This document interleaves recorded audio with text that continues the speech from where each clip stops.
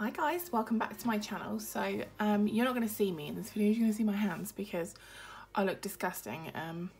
I've just had a shower, I've got no makeup on, my hair's sort of slicked back, and yeah, I don't like shit. So you're not going to see me, and it's for your own good. I wanted to do a review. I recently purchased these cards. They're the Wisdom of the Hidden Realms Oracle cards. I haven't done loads of works with them, so this is going to be quite a raw review, but I thought it would be nice to show you because I actually got quite a good response on the animal empowerment cards, and it was more of a show and tell rather than a full-on review, because reviews are great, but everyone will have a different experience with the cards. So for one deck that I may really like, you may hate it. So I think what is more beneficial is to be able to have a look at the cards and see if you like the look of them. So yeah, so it came as it was. These were actually from eBay. I purchased these, me and my friend purchased these from eBay. They were in the packaging. They were the cheapest place we could find them. They were about, I think they were what, £14? Which, as sort of prices go on Oracle decks, that's pretty good. So yeah.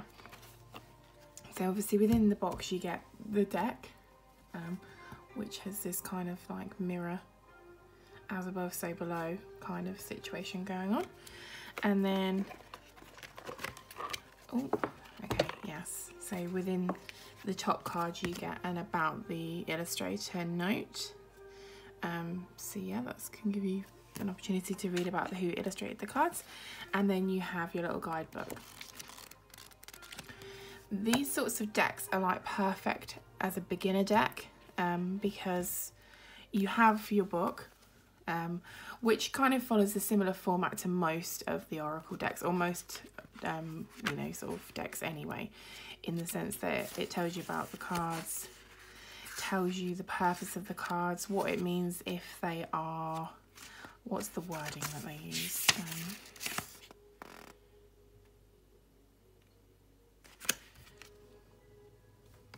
I'm just trying to think, there's a wording that they use. Oh, that was it, sorry, the challenger. So the ally or the challenger. So the ally obviously being that the card's the right way up, and the challenger being if the card's upside down. So it goes into that. It gives you a bit more of a meaning. That's one thing I do like about these cards. So with most decks, I mean, some people choose to not read cards as if they come out in reverse. It means the opposite. But this deck sort of suggests that you should do that. So it will tell you what the card means if it is in its normal position, and then it will give you a full meaning again as to what that card means if it comes out in reverse. So that was quite cool. But other than that, it follows a similar format. So it tells you a bit about the card, what it means in each of those positions. The beginning card of the book tells you, you know, how you can use the cards. You know, they've got a little prayer if you want to do a blessing prayer. Yeah, and that's kind of it really. But they are a great first set of cards if you was going to look at getting a first set of Oracle cards, or something away from tarot if you're still like learning. So you get a full description of what it means, and then you also get got butterfingers, so it will tell you a little bit more as well. So it gives you the option to either you could, if you really wanted to, just read the book and go from there. But if you're like I, and you don't really want to have to refer to the book because it makes it feel less authentic, and less, well, not less authentic, that's probably the wrong way to describe it, but it makes you feel like you're not really getting anything for yourself, then the cards actually are also really helpful. So I have shuffled them so they aren't in order, but this deck follows a number count. So you'll see here it's got the number 6, so this is the 6th card in the deck. So these are the sort of format. So you get the name of the card, and then underneath the name of the card you get an interpretation or some kind of clue as to what that card may mean, and then you get this gorgeous, quite big picture to also use your intuition with. The numbers and potentially could also play into that, you know, the numerology factor as well. So what I'm going to just quickly do is show you each of the cards. I'm hoping that you can see okay. I think you should be able to, because yeah, it seems bright enough from the angle I'm looking at it. But so yeah, I'm going to show you quickly what the cards look like, so that you have got the option to see.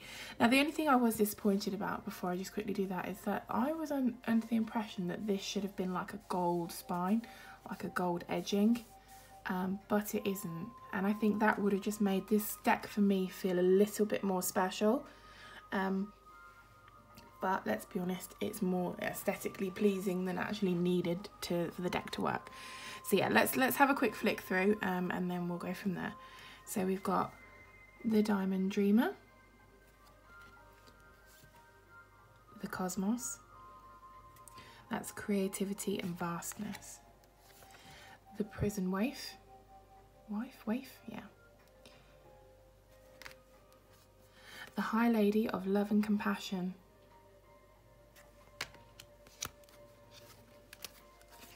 the Resting Tree. I actually love that. That's so beautiful. Look at the picture.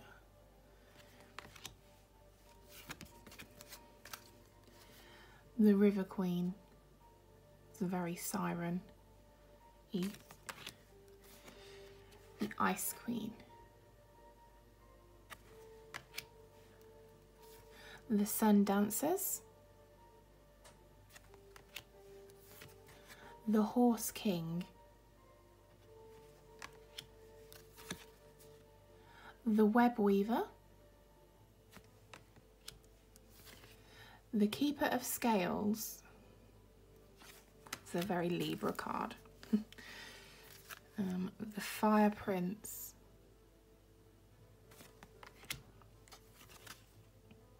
the Lady of Lightning, the Hungry Ghosts,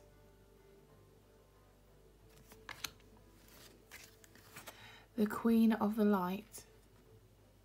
I love this. This is beautiful. The Shadow Queen. Also love this. The Phoenix.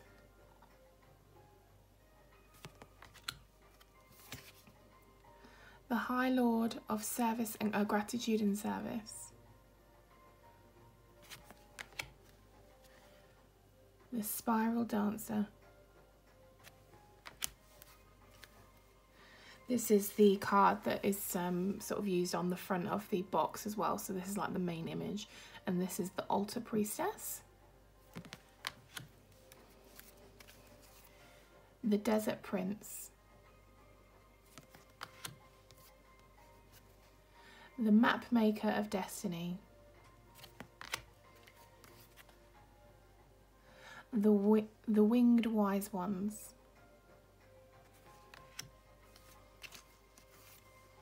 The Camel Boy.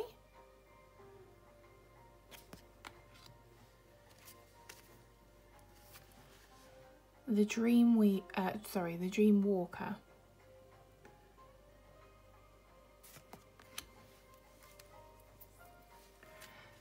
The Sisters of the Seasons.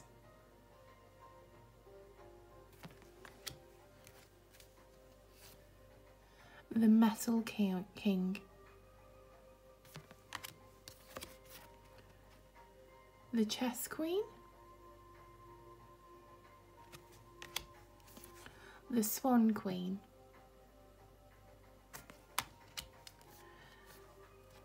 The Wise Woman of Wonderland. The Lady of the Mirror. The Spirit Whisperer. I think that's a lovely card as well. That's a very, yeah, that's very provoking, I feel. The Hawk Prince.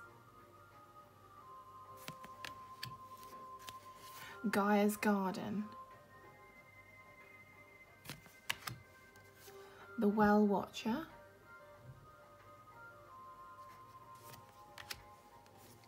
The Rainbow Prince.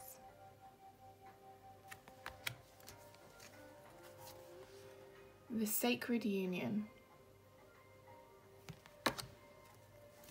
we're almost there. The Arrow Master. Master, I don't know. The Dragon's Jewel.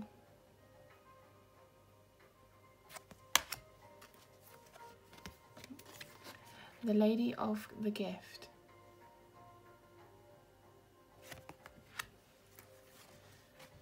The Ringmaster of Scrutiny.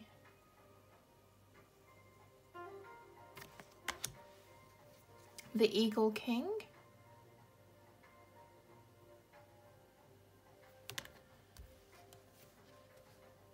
The Word Lord. And the last one is the Eyes of Beauty.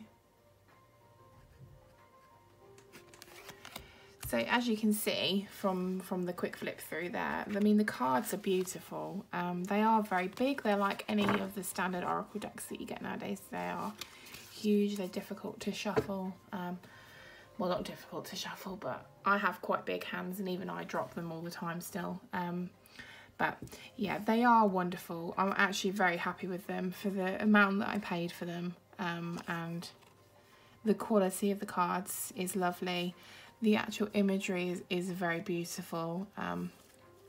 I have already given a reading to someone other than myself with these, which seemed to be quite accurate. And I did not struggle to read with them whatsoever. I have barely looked at the book, to be honest. I've flicked through it more now showing you the book than I have actually using it. You can see, I mean, the spine's not broken. It's completely like new. I mean, they are new, but you know what I mean. I've barely touched it. Combination of the wording here, and then the actual imagery itself. There's so many things that you can intuit yourself. This is sort of, when it comes to reading Oracle, I tend to focus less on what the actual card may be as such, but more on what I'm drawn to. So, as an example, let's have a look. Dropping them everywhere. Let's just pull one. Let's see what we get, and then we'll just. I find that cards like this size are easier to hold like this and shuffle like a long way. So I'm going to drop them now just to prove myself wrong. But so for example, let's pull one and see what we get. Lady of the Mirror.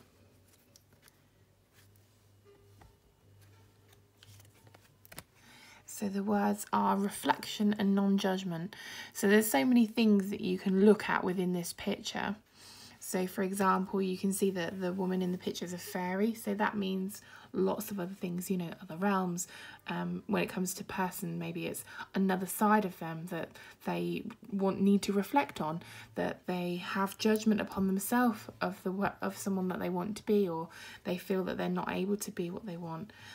The card is very green, so you could, if that was drawing to you at that particular time, you would maybe go, okay, so what does green mean to me? What does that mean to that person? Could it be about growth? Is it about wealth? Is it about the heart chakra? There's just so many ways you can interpret these cards without having to look in that book to actually give it a go at interpreting and actually reading for someone other than, or for yourself, other than reading straight from a book. So yeah, I don't think there's really anything else much to show you on that. They are, like I say, they are nice. Definitely would recommend them. They're a great first deck, so if you are looking for your first Oracle deck, then this would be a good choice. So these are Wisdom of the Hidden Realms Oracle cards. It's a 44 deck card, 44 card deck, sorry, and it's by Colette Baron Reid. So I hope you've enjoyed the video. I do want to get on here recording a bit more. So yeah, please do let me know if there's something you want to see. I have another deck that I was thinking of doing a review on. That is Destiny's Portals, I think it is. They're a very feminine deck. It's feminine, it's quite dark, it's very witchy, very fae, very dark goddess type deck. But if you're interested in seeing it, then do let me know. But if not, then thank you for watching. I hope this was helpful, and I will hopefully be back on here recording again soon. Thank you. Blessed be.